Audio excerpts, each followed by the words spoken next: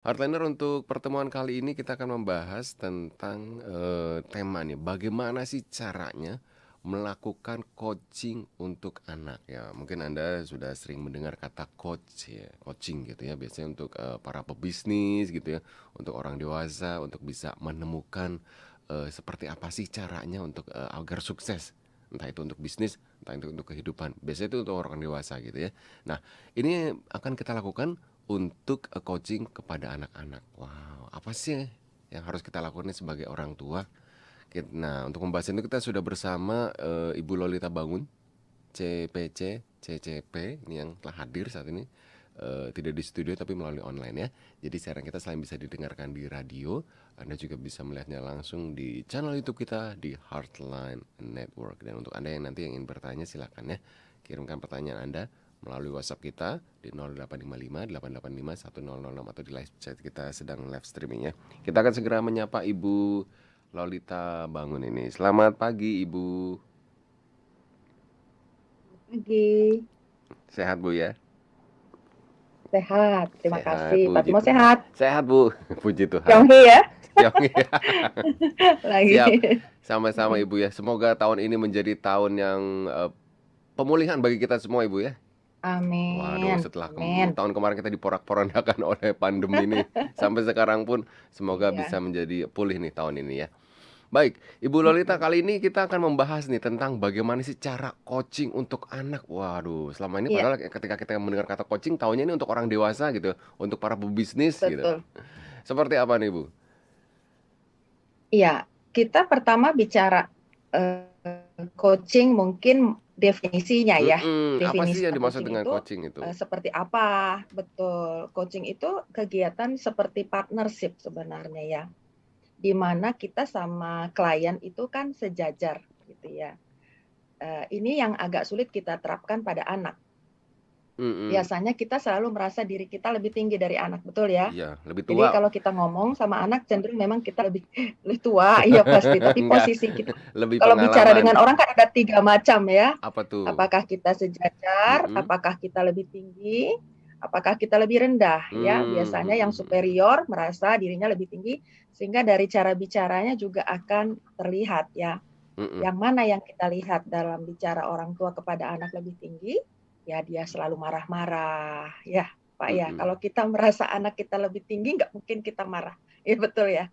Nah, minimal sejajar pun kita nggak berani marah sama tetangga, misalnya nggak mungkin kita Ah. marah-marah karena kita nggak mau menunjukkan kita bersikap lebih tinggi.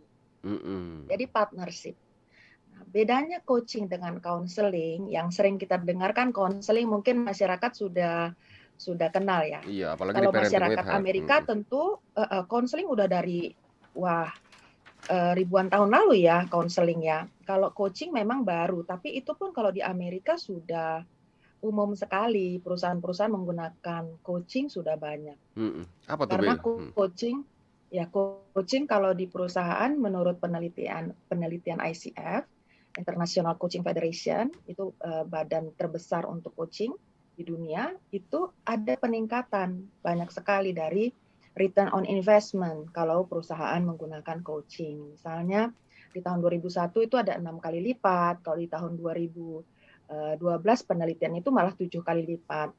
Rata-rata CEO udah pakai lah. Nah, kalau counseling itu kita memang ke masa lalu, Pak. Ada masalah, Oh. ada masalah. Misalnya kalau di perusahaan ada karyawan yang selalu terlambat. Segala macam cara sudah dilakukan dengan punishment, dengan reward itu, tapi tetap saja terlambat. Terlambat Nah, terus ya? counseling gitu Mungkin ya. tuh. Di counseling ditanya. Jadi Mhm. sehingga kita bisa menggali akar masalah. Kenapa Mmm. kamu terlambat gitu ya? Ternyata karena dia memang mempunyai masalah khusus di rumah. Iya, ribet Atau Bu karena dia mungkin di rumah. ribet, mesti antar anak Banyak dulu ke anak ya. TK-nya, seperti itu ya. Nah sekarang kan meskipun online bisa juga terlambat ya Pak ya. Ah, justru malah sering terlambatnya Bu, bangunnya kesiangan terus. Iya. Nah kalau counseling untuk kita live ya, untuk kehidupan itu Mhm. memang juga sama, dari sekarang ke masa lalu. Oh, Ada masalah. jadi menemukan Dan masalahnya itu dengan betul. trace back ke masa lalunya, mhm. Ya, counseling. Tujuannya untuk kita supaya bisa move on. Ya, move on itu berarti kita nggak terus berkutat pada masalah kita. Kita sudah menganggap itu akhirnya selesai, beres, tuntas. Saya sudah pulih, gitu ya. Apakah itu dari masalah emosional masa lalu ataupun masalah yang lainnya. Jadi kalau orang tua itu melakukan konseling, dia bisa membereskan dulu dirinya untuk bisa move on. Ya, misalnya Mhm. dia selalu emosional kepada anak. Nah, Mmm, makanya dia konseling. Kenapa ya? Oh, saya selalu ngamuk sama anak mhm. saya. Bukan coaching ya, tapi konseling. Bukan Mhm coaching, mhm itu bukan mhm mhm coaching. mhm. Kalau Nah, coaching, kita ke depan. Dari sekarang, titik present saat ini ke future, ke depan. Jadi lebih ke oh. arah programming, planning, seperti itu. Rencana-rencana, action plans. Namun kita harus masuk menggali kepada diri si klien. Dia yang kita coaching, bukan masalahnya. Jadi dia punya masalah, kepengen apa, kepengen tujuan, jadi harus jelas tujuan. Nah, pada anak-anak itu, untuk anak di bawah 5 tahun sulit kalau kita mengikuti prosedur coaching. Kan pertama kita harus menanyakan dulu tujuan Mhm di coaching mhm apa mhm ya. mhm. Kalau untuk anak-anak lebih banyak Beda. kita melakukan Mhm coaching mhm emosional untuk anak kecil. mhm Jadi mhm. kita mengajar dia cara menangani emosi. Nah, Apa iya. pentingnya gitu Mhm ya? mhm. Kita lihat banyak orang dewasa yang sulit sekali juga mengatasi emosi. Iya. Iya. Jadi misalnya udah besarnya itu udah dewasanya mau masuk dia ke rumah tangga, dia kok bisa meledak-ledak, Mhm bisa mhm mhm marah-marah, mhm. atau bisa tiba-tiba nangis seperti kelihatan seperti anak kecil Nah, yang seperti menentukan itu. ini, masuk ke coaching atau ke konseling itu siapa, Bu? Si Si konselor atau si coach-nya bisa lihat oh ya. Jadi kalau biasanya coach itu akan tahu, oh ini ranahnya konseling. Jadi kalau dia coach dan bukan konselor, maka dia akan refer ke oh, konselor. ya enggak, siapa tahu kan, oh ya udahlah yang penting aku dapat klien gitu. Oh enggak ya? Enggak dong? Iya, enggak. Kalau Mhm kita mhm dua-dua konselor dan coach, silakan. Jadi mhm. pada waktu Oh. kita meng-coaching, kita mundur sebentar. Kita lakukan konseling dulu, baru maju lagi. Gitu, Nah, gitu Pak Timo. jadi bedanya kan tadi konseling dengan coaching, kalau konseling adalah, menemukan akar masalahnya itu dengan cara melihat masa lalunya seperti apa gitu ya. Nah, sedangkan kalau misalkan Mm-mm, coaching untuk menemukan masalahnya adalah, dengan, memperbaiki segala sesuatunya ke depannya. Dengan cara mungkin kalau betul, coaching ibaratnya, bukan menemukan akar masalah tapi, diri kitanya sendiri nih yang di-coach ini yang harus bisa menemukan betul. permasalahan itu. Jadi di coaching, betul Pak, itu kita lebih banyak menggali diri kita. Mhm. Seberapa kenal kita dari diri kita itu, dengan diri kita itu dibantu dengan coaching. Nah itu, biasanya kan kalau Nah, misalkan orang dewasa kan, saya pernah di-coaching, Bu. Jadi ibaratnya mm-mm. ketika ditanyakan sesuatu tuh bener-bener ditanya lagi terus sampai sampai ketemu akar masalah, sampai saya tuh menemukan jawabannya, "Oh iya ya, oh ternyata begitu ya." Nah, kata, Mm-mm. "Oh iya," itu berarti Ya, itu yang saya disebut aha moment. aha moment itu ya, iya bener istilahnya aha moment, berarti Iya, saya sudah menemukan akar masalah terhadap diri saya sendiri. Itu mungkin kalau orang dewasa kan ya lebih mudah lah, bukan pikirannya sudah mungkin lebih lebih lebih terbuka lagi. Nah, kalau permasalahan kalau anak-anak ini, Bu, mungkin cukup sulit. Bagaimana nih, mm-mm. Bu? Untuk Iya. anak-anak sendiri mungkin seperti apa nih? Nah, hari ini mungkin Mhm. kita lebih fokus ke emotional coaching untuk anak. Emotional coaching, mhm.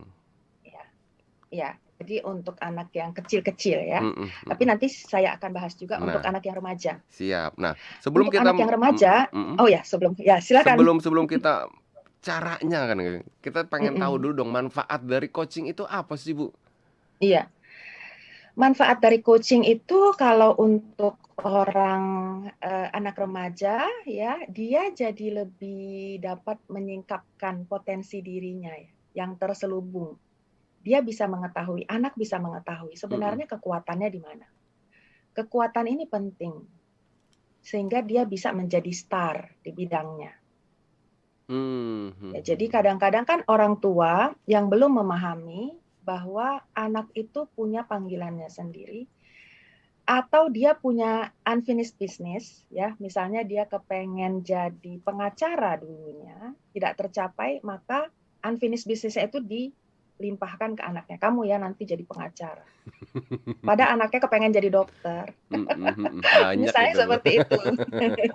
PR yang Jadi tertunda gitu. mimpinya dia ke anak ya. Iya. Ya dulu nenek kamu sih nggak kasih mama jadi pengacara, nggak jadi kasih Mhm. papa jadi antropolog misalnya, Waduh, disuruhnya jadi antropologi. dokter Mhm. misalnya. Padahal dia senang sekali meneliti gitu. Jadi manfaatnya ada passion dan kemudian potensi yang bisa dia gali dari dirinya. Dan orang tua juga bisa nyaman ya. Mhm. Sebaik anak mengetahui potensinya dan dia mengejar itu, terutama dengan dia punya talentanya apa, itu dia akan jalan sendiri dengan pesatnya. Wow. Berarti Beda semakin dengan yang nggak berbakat. Semangat betul Pak, mhm, gairah mhm, gitu ya. mhm. Semakin Itulah. cepat menemukan potensi diri kan semakin cepat suksesnya, Ibu ya. Betul, betul. Nah, tentu kita sebagai Nah, orang tua sekarang pengen nih. orang tua untungnya udah beda sama yang dulu ya, Pak. Jadi orang tua sekarang banyak, meskipun belum semua, banyak yang sudah mulai open minded. Oh ya, Mhm. anak saya bidangnya memang sukanya melukis. Nggak apa-apa, sekarang lukisan juga dijual, banyak bisa menghasilkan uang. Gitu kan, kalau dulu kan, kamu jadi pelukis, kamu jadi pemusik, aduh nggak ada ininya masa depannya, seperti itu ya. Sekarang pemusik juga masa depannya bisa Wah, iya, diharapkan Bu. seperti itu. Mhm. Nah, Apalagi kemudian, mhm. sorry Pak, Iya. manfaat lainnya adalah dia bisa menumbuhkan kecintaan untuk belajar, karena ditanyain terus kan Pak. Ditanyain dia jadi ada rasa curiosity, Ah. ada rasa ingin tahu tentang dirinya, Oh, tentang hal-hal lain kayak gitu. bukan malah Itu hal penting. itu menakutkan bagian, "Udahlah Mah, nanti aku ditanyain terus, udahlah." Makanya nanyanya sama anak remaja beda dong Pak, sama Pak Mhm, Timo. mhm. Kalau udah dewasa kita memang butuh agak dicecer ya. Jadi Mhm, kita mhm. benar karena kita sudah kritis gitu ya. Mhm, Nah, mhm. cuman kadang-kadang memang orang yang belum biasa di coaching, terutama misalnya kayak karyawan yang masih baru masuk kerja, dia kan belum ada pengalaman. Lebih membutuhkan mentoring sebetulnya. Ya, mentoring lain lagi. Mentoring itu dia memang diajarin bukan ditanya-tanyain. Ya, dan dia seperti diajak mengikutin si pimpinan atasan untuk meniru, shadowing gitu ya. Mhm. Atau Kalau mungkin untuk anak kecil, ya itu silakan. mungkin tahapan-tahapan dari coaching itu sendiri atau memang berbeda, bukan Beda bagian dari sekali, coaching? Oh. beda. Nah, jadi selama ini ada yang pemikiran coaching itu kalau ada kesalahan, jadi tuh dipanggil atasan, lu mau di coaching, wah salah apa gitu ya. Sebenarnya enggak ya, coaching itu Itu justru untuk diomelin yang bukan di coaching itu. diomelin, untuk yang punya potensi untuk dikembangkan, di Mhm, develop. mhm, mhm. Jadi kalau counseling tadi move on, kata kuncinya kalau coaching move forward. Maju ke depan. Iya, untuk lebih maju. Untuk lebih maju lagi dengan cara agar kita bisa menemukan potensi diri kita melalui, segala sesuatu yang ada pada diri kita sendiri ya. Betul. Siap. Nah, tadi sudah mengetahui tentang manfaat coaching dari, itu sendiri, Bu. Nah, hal-hal apa nih yang bisa kita, lakukan untuk coaching bagi anak? Mungkin berbeda nih Mhm. caranya, apa yang harus kita lakukan. Tapi jangan Iya. dijelaskan, nanti setelah berikut ini ya Oh, dijelaskannya oke, ya. silakan. Siap. Ya, hardliner untuk Anda yang bertanya langsung saja di 0855 885 1006. Kita akan atau kita masih membahas tentang bagaimana sih melakukan coaching untuk anak. Jangan kemana-mana, tetap stay tune di Heartline FM. Ya, 100,6 Heartline FM, your family station. Terima kasih Heartline Heart. Dan kita masih membahas tentang bagaimana sih cara melakukan coaching untuk anak ya, masih bersama Ibu Lolita Bangun CPC CCP dari tim Yayasan Buzzer Mas nih Heartliner ya. Dan bagi Anda yang ingin bertanya langsung saja di 0855 885 1006. Ya, Ibu Lolita, kalau tadi kita sudah mengetahui nih ternyata manfaat coaching itu luar biasa, sangat bermanfaat tentunya untuk kehidupan anak kita nanti kedepannya lebih baik lagi dari hari ini ya. Nah, banyak mungkin orang tua juga pengen tahu dong caranya seperti apa. Nah, sebelum kita mengetahui caranya seperti apa, ada syarat-syaratnya sendiri nggak sih Ibu Lolita? Misalkan, oh si anak saya ini, wah udah pas nih, udah cocok untuk dilakukan coaching. Ada batasan umur nggak sih, Bu? Atau seperti apa? Atau Oke. Kalau batasan umur, kita melihat kepada individu ya. Kalau dari coaching yang saya sebutkan tadi untuk emotional coaching, mm, dari kecil memang kita lakukan. Ya. Bahayanya apa kalau kita tidak melakukan cara coaching? mm, Anak itu satu bisa nggak merasa nyaman, ya. Nggak merasa nyaman dengan lingkungannya, nggak merasa aman juga gitu.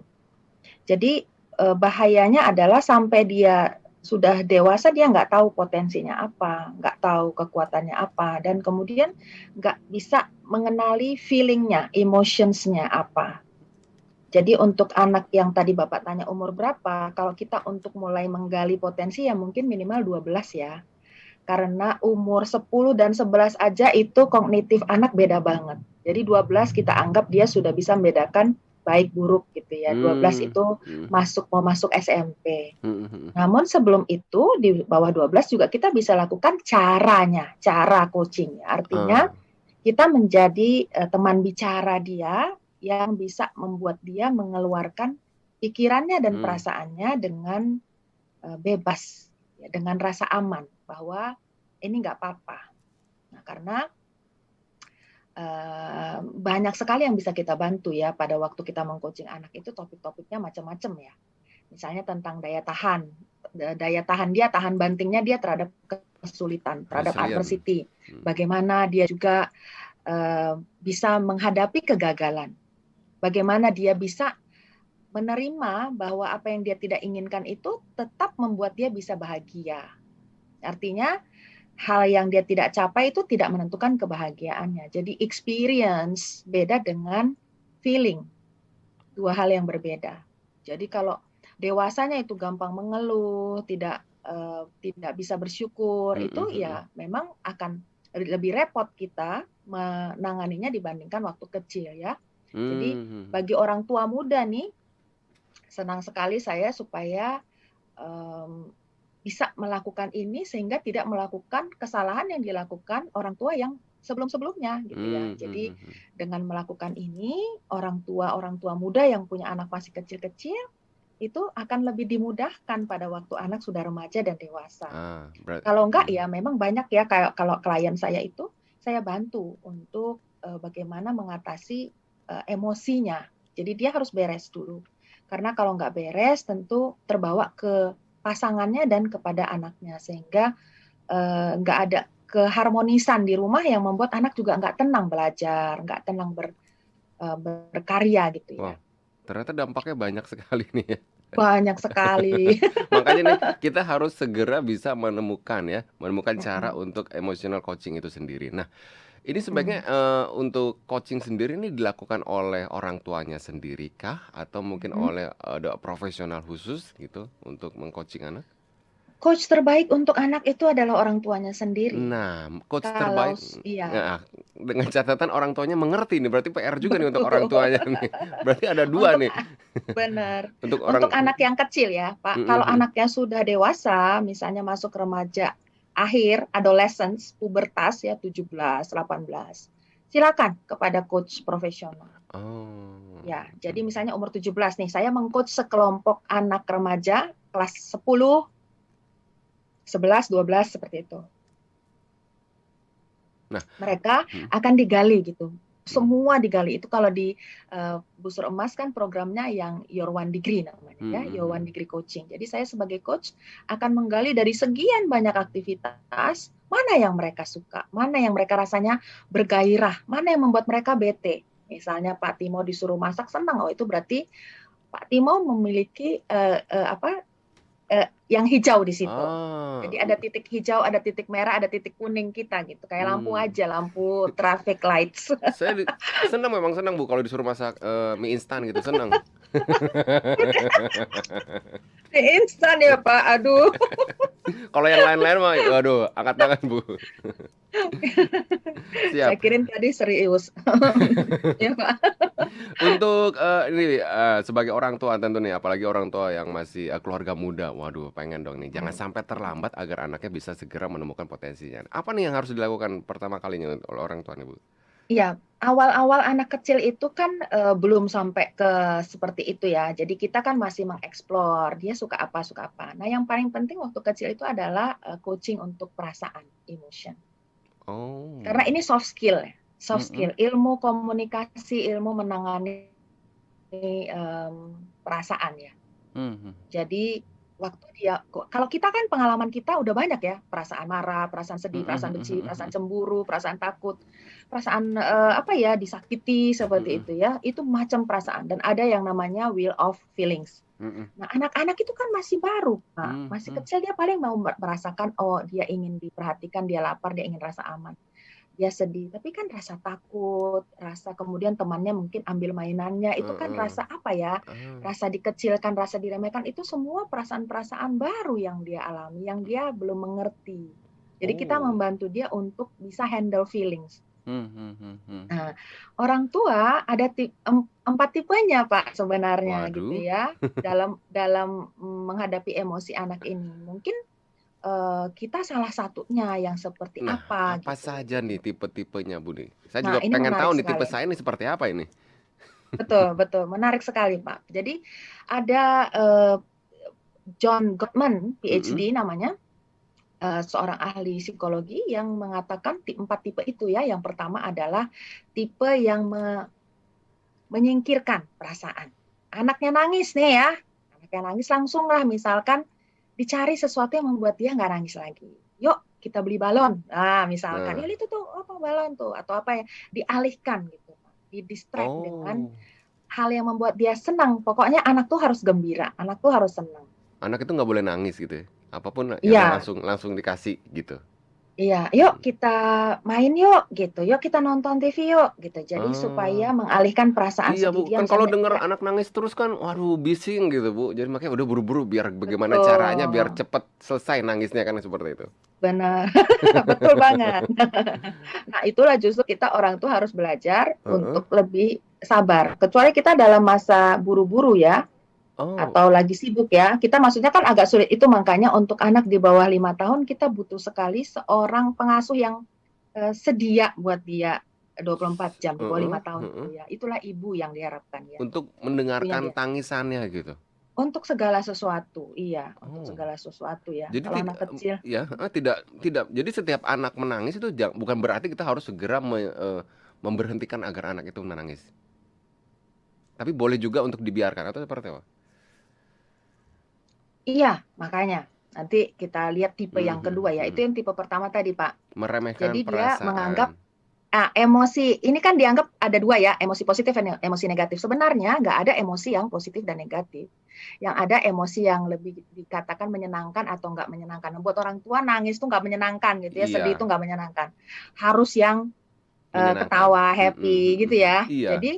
Hmm, jadi dia satu mengalihkan. Yang kedua, dia itu nggak bolehin gitu Pak. Tipenya dia nggak setuju dengan perasaan itu. Bapak nggak boleh sedih gitu loh. Mhm. Tadi kan cuman mengalihkan ya. Kalau sekarang Bapak dimarahin. Masa gitu aja nangis, Oh. cengeng banget. Nggak boleh Mmm, cengeng anak mhm laki-laki. mhm mhm Gitu ya Pak mhm. ya. Mhm. Misalnya, kenapa takut? Siapa bilang di sini ada hantu? Mhm. Mama udah dari dulu, kamu sebelum lahir udah di rumah ini nggak ada hantu kok, misalnya. Misalnya anak bilang, aku takut Iya, Ma, nggak bisa heeh tidur heeh. sendirian, Iya, Mah, temenin dong. kata teman aku ada hantu tuh di bawah pohon situ, Mah, gitu. Iya, saya dia benci sama temennya ya, karena Mhm. temennya apa dia merasa dihianati temannya gitu loh. Mhm mhm. Orang tua malah kamu aja tuh yang salah gitu. Oh. Jadi perasaan itu dimarahin gitu, disalahkan. Dia nggak Mmm. setuju, nggak boleh ada perasaan itu. Coba kita mengingat dulu ke orang tua kita ya, ke orang tua kita dulu bikin kita kayak Iya, apa kayak gitu nomor ya. satu ada di diri saya, nomor 2 juga ada di diri saya ini. Persentasenya ya Pak, nggak apa-apa. Persentasenya kita kadang-kadang seperti ini, kadang-kadang seperti itu ya, nggak Mhm. apa-apa. Mhm Nah, mhm.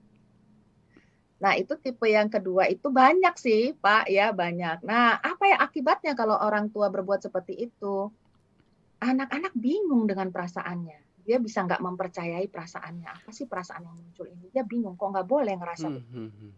Kok nggak boleh ngerasa Iya. kesel sama Kan teman. kan kita sebagai orang tua pengen dong anak kita berani gitu, "Udah jangan takut lah," gitu. Betul, Nggak betul. ada, itu nggak ada setan di situ. Benar. Nah, justru dengan seperti itu efeknya malah lebih penakut gitu ya. Iya. Oh. Karena perasaan itu tidak dihandle. gitu ya. Nah, yang ketiga adalah tipe orang tua yang memang kelihatannya dia bersikap akrab atau baik atau mengakomodir, tapi sebenarnya itu cuek. Dia nggak peduli ya. Jadi misalnya gini, baru nangis karena temennya main sama temennya Berantem, bertengkar atau sama siblingsnya apa saudaranya mhm, bertengkar. Oh ya udah nggak apa-apa gitu. mhm, Ya jadi dia ditenangin, dipeluk, oke udah ya nggak apa-apa ya gitu. Tapi mhm.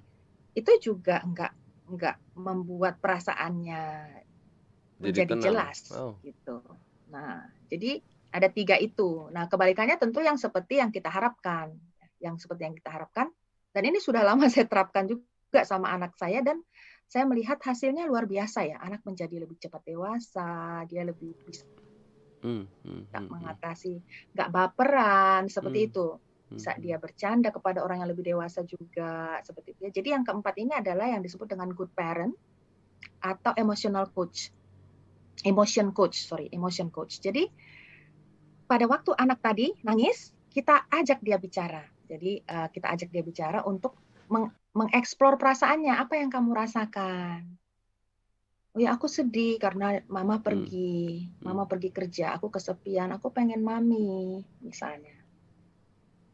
Itu papahnya kalau bisa mengerti seperti itu ya, Pak Timo misalnya Wow, bilang, oh luar ya kamu biasa itu ya. sedih ya. Mhm, Jadi diajak bicara. Ini mhm. kesempatan buat kita juga semakin bonding dengan dia Mmm, secara mhm, psikologis. mhm, mhm, mhm, mhm. Mhm. Iya. Jadi nanti anak aman, Pak, rasanya mau ngomong apapun sama kita perasaannya gitu ya. Waduh, ternyata selama ini saya nih tipe 1, 2, dan 3 ini, Mbak, Nggak bukan apa-apa, 4 Pak, nih. banyak Bapak nggak sendirian. Saya juga dulu seperti itu. Tapi kalau kalau mamahnya sih, wah, tipe 4 sepertinya, bersyukur nih. Ada yang Iya, menyeimbangkan. Nah, bersyukur iya. juga hari ini bisa mendengarkan program ini, jadi bisa mengetahui nih Heartlander ya. Mhm, Ternyata mhm. kita ini sebagai orang tua yang banyak hal-hal yang tanpa kita sadari ternyata ini kita melakukan kesalahan, menyimpang gitu ya dari jalurnya nih. Mhm. Makanya Ya, kita kita sebut mhm, kesalahan juga gimana ya, artinya begini, nggak kalau sadar yang sih. kita belum tahu bukan Mhm, kesalahan sih, mhm, Pak, mhm, gitu. Kita mhm, nggak tahu gitu mhm, kalau mhm. itu salah, jadi bukan kesalahan. Dan kalaupun nanti anak itu sudah besar mengalami sesuatu yang memang, eee, perbuatannya, behavior-nya menjadi tidak sesuai atau menjadi bermasalah, ya kita harus menghibur diri kita juga, Pak. Nggak usah Mhm, menyalahkan diri mhm. kita atau pasangan kita bahwa ya memang begitulah jalannya, there is no mistake gitu. Nah, tapi kalau sekarang Ah, ya beruntung ya, para mhm, pendengar mhm, Heartliners, sahabat Heartliners pagi ini ya, mhm. beruntung kalau bisa mengetahui dan menggali lebih dalam tentang emotion coaching. Nah, setelah akhirnya nih kita mengetahui nih, kita ternyata tipe-tipe orang tua yang, tadi ya, mungkin salah satunya meremehkan perasaan, orang tua tidak setuju dengan Mhm, perasaan. Nah, tentu kita pengen mhm, dong memperbaiki semuanya ini, nih, Ibu, ya. Tapi mhm. sebelumnya kita mau jangan dibahas dulu ya, kita mau commercial break terlebih dahulu Oke, ini, Ibu. sip. Nah, bagi Heartlander yang ingin bertanya langsung saja di 0855 885 1006 ya, 0855 885 1006. Tapi setelah yang berikut ini. Ibu Lolita nih, mungkin sudah di sesi terakhir ini nih. Wah, dari tadi kita sudah akhirnya sudah mengetahui segala seluk-beluk tentang, coaching ya, dan khususnya untuk anak kita nih. Apa sih yang harus kita lakukan nih, Ibu Lolita, agar kita sebagai orang tua bisa meng-coach anak kita? Oke, ya langkah-langkah ya, Pak, ya. Jadi Mhm. langkah-langkah yang mungkin menjadi panduan kita nih, pertama kita harus menyadari dulu perasaan kita. Kita ini melihat anak seperti itu, perasaan kita apa? Be Kita yang udah dewasa harus belajar, oh iya, mmm, nih bakal sebentar lagi anak-anak bakal berantem nih, aku bakalan pusing deh, perasaanku bakalan kesel deh. Jadi kita sadari dulu. Jadi kita tahu aware, aware sama perasaan kita. Kalau kita tahu aware perasaan kita akan marah, perasaan kita akan kesel, kita antisipasi duluan. Oke, aku harus tenang. Gitu ya. Tenang, ini latihan. Jadi semuanya butuh latihan gitu, Pak. Oke. Dengan ketenangan baru kita mulai anak kita yang tadi lagi bertengkar kah, lagi nangis kah, baru mhm, kita deketin dan kita ajak. Kalau masih kecil banget ajak ke pangkuan kita ya. Misalnya anak ini tiba-tiba ketakutan ya, ada anjing misalnya. Dia belum pernah nih lihat anjing, terus tiba-tiba dia ke rumah temen sama mamahnya, ke rumah teman mamahnya ada anjing di situ yang dia membuat dia takut. Padahal anjing ini mau main, itu kan karena dia belum pernah lihat. Nah kita tanya, kita orang tuanya itu akan tanya apa yang kamu rasain, kamu takut ya gitu ya. Itu kalau anak kecil banget. Jadi dia harus bisa menyadari perasaan, oh iya aku takut kayak gitu, oh iya gitu ya. Baru kita mungkin bisa syuting perasaannya. Jadi yang pertama itu adalah menyadari perasaan kita dan menyadari perasaan dia, kemudian kita mau mengkonekkan dengan dia, mengkonekkan Hmm. diri kita dengan dia. Kita mendalami perasaan dia dan kemudian mendengarkan. Yang lebih besar lagi kita tanyain, misalnya kita tanyain dengan sikap siap mendengarkan, itu penting. Empati ya, kita pasti udah banyak yang tahu tentang empati. Namun dalam pelaksanaannya agak sulit. Nggak apa-apa, seperti itu bukan empati ya. Jadi ada memang kursusnya ya, sekolah mendengarkan, sekolah konseling, sekolah coaching itu semua belajar untuk berempati itu seperti apa, Hmm. belajar Hmm. mendengarkan itu seperti apa. Hmm. Jadi untuk anak paling nggak ya kita mau tahu dia perasaannya seperti apa. Hmm. Kamu marah sama kakak ya, kenapa? Karena dia rebut mainan aku atau karena dia nggak mau pinjemin mainan. Oke, kayak gitu ya. Iya. Apa yang kamu rasa? Aku benci. Biarin dia ngomong benci ya. Jadi perasaan benci, perasaan iri itu semua manusiawi. Belakangan kita baru ajarin, tapi perasaan itu muncul kita harus akuin dulu. Itu ada perasaan itu. Hmm. Perasaan marah itu akuin bahwa dia marah gitu. Dia mengenali. Jadi perasaan itu tidak ditolak, perasaan itu ada. Yang menjadi negatif adalah kalau memang dia habis itu berbuat sesuatu yang lempar barang, merusak barang, ngamuk, itu yang baru dia kenali bahwa ini negatif efeknya. Kalau kamu iri, lalu kamu jahatin teman gitu ya, berbuat sesuatu yang bikin teman menderita, itu baru negatif. Tapi perasaan iri, kamu kepengen punya juga mainan kayak dia, itu manusiawi gitu ya. Jadi kemudian yang keempat adalah kita membuat dia mengidentifikasi perasaan tadi itu. Pertama kita mendengarkan, baru dia diidentifikasi. Kamu rasa apa? Marah ya, benci. Oke, baru yang kelima, kita ajak untuk melakukan solusi. Cari. Jadi dari kecil kita ajarin dia problem solving. Problem solving ini banyak kan, sampai dewasa nggak bisa ngambil keputusan, memilih susah. Karena biasanya memang selalu orang tua kasih tahu, ini yang bagus buat kamu, baju yang ini terlalu gelap, ini semuanya orang tua tetapkan. Nah, sekarang dengan cara mengcoaching itu, anak itu kita ajak untuk ngambil keputusan, memecahkan masalah dia sendiri, sehingga dia bisa menolong dirinya. Waktu keadaan itu muncul lagi pada saat orang tua nggak ada. Oh iya, kalau gini apa? Aduh, kayaknya aku nggak mau lagi temenan sama dia. Nah, itu memecahkan masalah nggak? Kira-kira perasaan kamu jadi enak nggak kalau kamu nggak temenan lagi sama dia? Kalau kamu nanti nggak punya teman lagi gimana? Ya, kemudian atau sama adiknya. Udah, adiknya kita usir aja, kembaliin aja dia, katanya ke rumah sakit misalkan. Nah, kalau adik kita buang, kita usir dari rumah, kira-kira masalah perasaan kamu itu terselesaikan gitu ya? Oke, enggak, tetap masih kesel juga, masih dongkol. Jadi apa yang harus kita lakukan? Ajak dia berpikir. Diapain ya gitu. Oh iya, kita sekarang boleh mengerti adik itu belum mampu sharing. Jadi kita tunggu gitu ya. Kita tunggu, kita tanya baik-baik. Dek, boleh pinjam mainannya? Misalnya seperti itu. Kita tunggu. Gitu Pak. Jadi langkah-langkahnya ada 5. Pertama, menyadari apa perasaan kita dan kita lihat dia kira-kira merasa apa. Baru kedua, kita mengkoneksikan, mengambil kesempatan untuk connecting, terhubung dengan anak kita, sehingga bonding kita dengan anak juga semakin kuat gitu ya, secara psikologis dia aman dengan kita. Ketiga, kita mau mendengarkan dengan empati. Yang keempat, kita mau mengajari dia identifikasi feeling dia apa, emosi yang dia rasakan apa. Ya, emosi bukan cuma marah ya, bisa sedih, bisa takut. Yang kelima, kita bantu dia, ajak untuk cari solusi untuk problem solving perasaan dia itu. Nah, ada 5 nih Heartliner. Tapi sebelum kita lanjutkan sudah ada pertanyaan lagi nih Bu. Selamat pagi Ibu Lolita. Selamat pagi. Ya, kita terima telepon dulu aja. Sebelum kita baca WhatsApp. Selamat pagi. Terima kasih ya, selamat pagi. Iya. Pak Timo.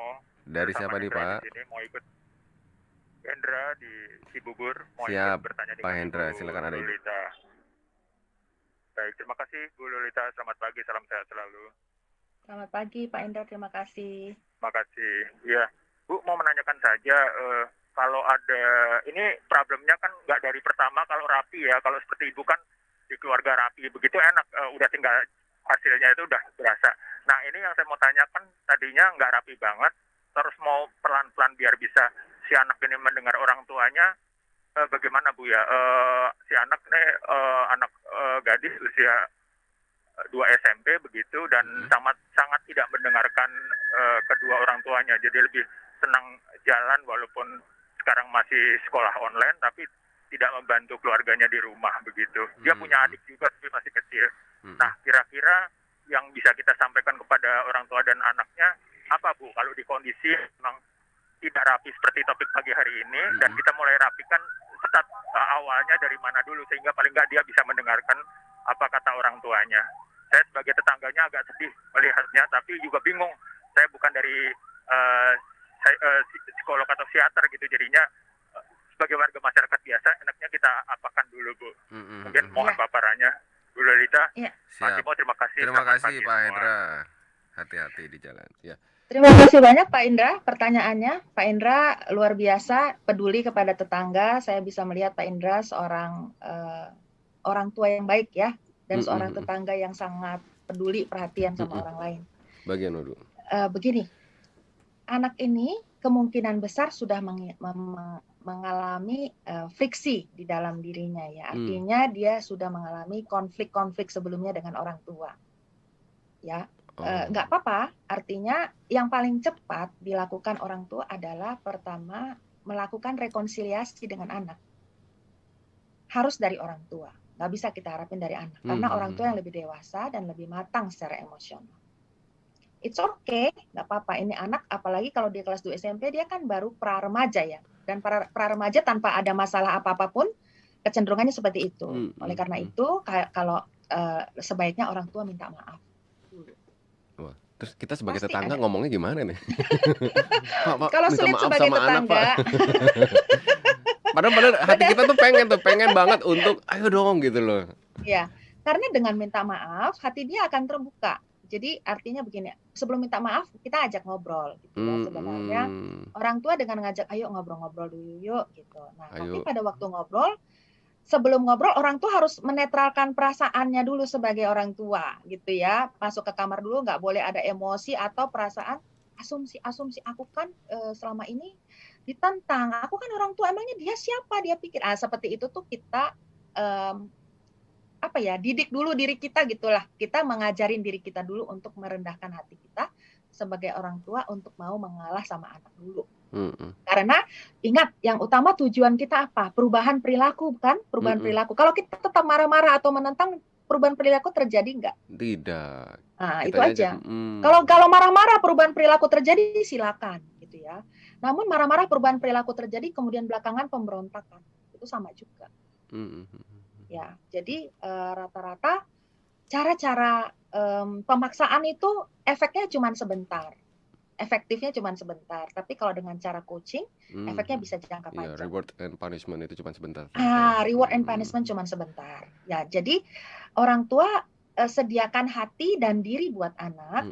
Kalau misalnya susah sekali, orang tua mengkonseling dulu, menghubungi konselor dulu, supaya tahu strateginya. Karena tipe anak juga beda-beda ya Pak, tergantung individunya ya.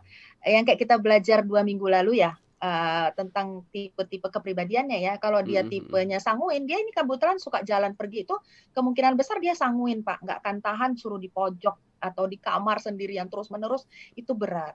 Jadi kayak anak saya nih, pandemi begini, saya ajak bicara, kan dia biasa tuh ya main games kah atau belajar kah online kah, tapi saya ajak bicara waktu satu malam, berbaring dia sambil saya pijat mananya yang sakit misalnya.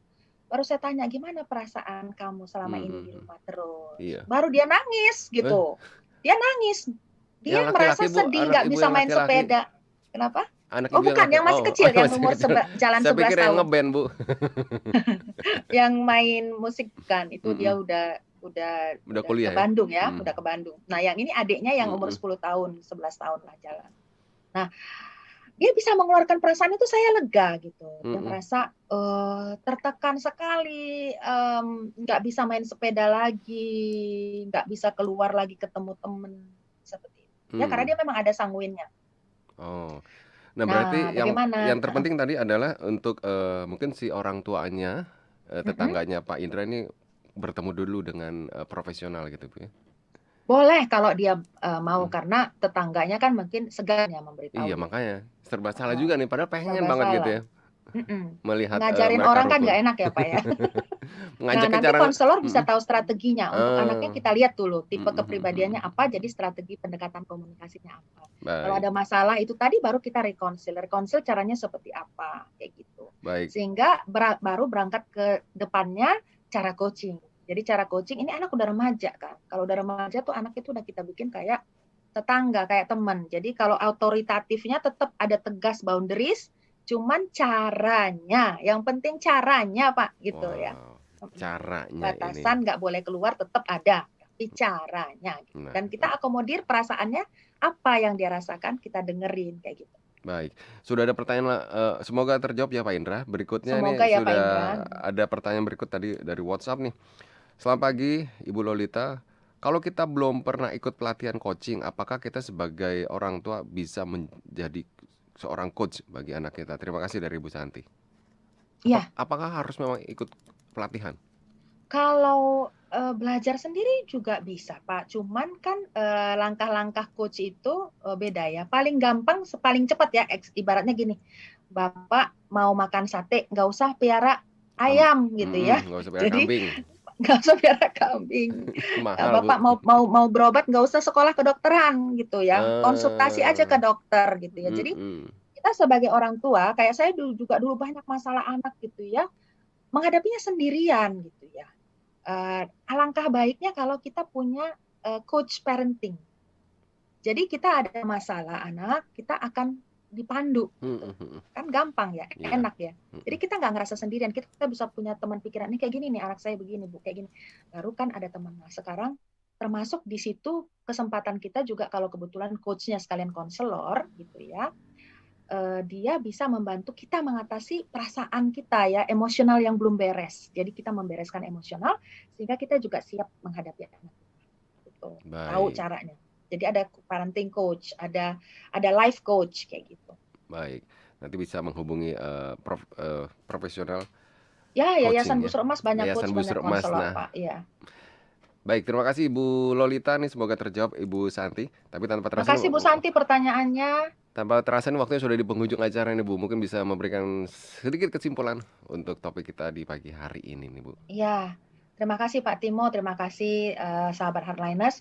Jadi kita sebagai orang tua memikirkan tujuannya dulu ya. Tujuan kita untuk mengcoaching anak itu adalah untuk membuat perubahan perilaku atau juga untuk membuat dia lebih maju dari sebelumnya, lebih baik dari sebelumnya. Kalau kita mengingat itu, tujuan kita adalah untuk membuat anak kita menjadi lebih baik, tentu kita akan mengabaikan emosi-emosi kita yang justru akan tidak membuat tujuan kita tercapai. Dan dasarnya semua adalah kasih sayang kita kepada anak, dan kita membayangkan bagaimana dulu orang tua kita memperlakukan kita, mungkin kita harus mereprogram ulang supaya kita mampu melakukan cara yang baru kepada anak kita, sehingga anak kita pada waktu sudah dewasa ditanya orang, bagaimana orang tua kamu memperlakukan kamu, dia akan mengatakan, wah saya, ayah saya, papa saya, mami saya luar biasa. Ya, karena dia mengalami rasa aman dan nyaman bersama orang tuanya. Wow. Terima kasih Pak Timo. Siap. Terima kasih luar biasa nih Ibu Lolita untuk pencerahannya di pagi hari ini kita sebagai orang tua. Sama-sama. Ternyata banyak sekali kesempatan nih Hardliner untuk kita bisa memperbaiki diri kita sebagai orang tua. Dan tidak ada kata terlambat Ibu Lolita tentu ya. Tidak ada kata terlambat. Betul Pak. Untuk cucu masih bisa nanti. Untuk cucu masih bisa. Siap, terima kasih. Mungkin bagi Hardliner yang bertanya Iya. lebih lanjut nih Ibu Lolita bisa menghubungi kemana nih Bu?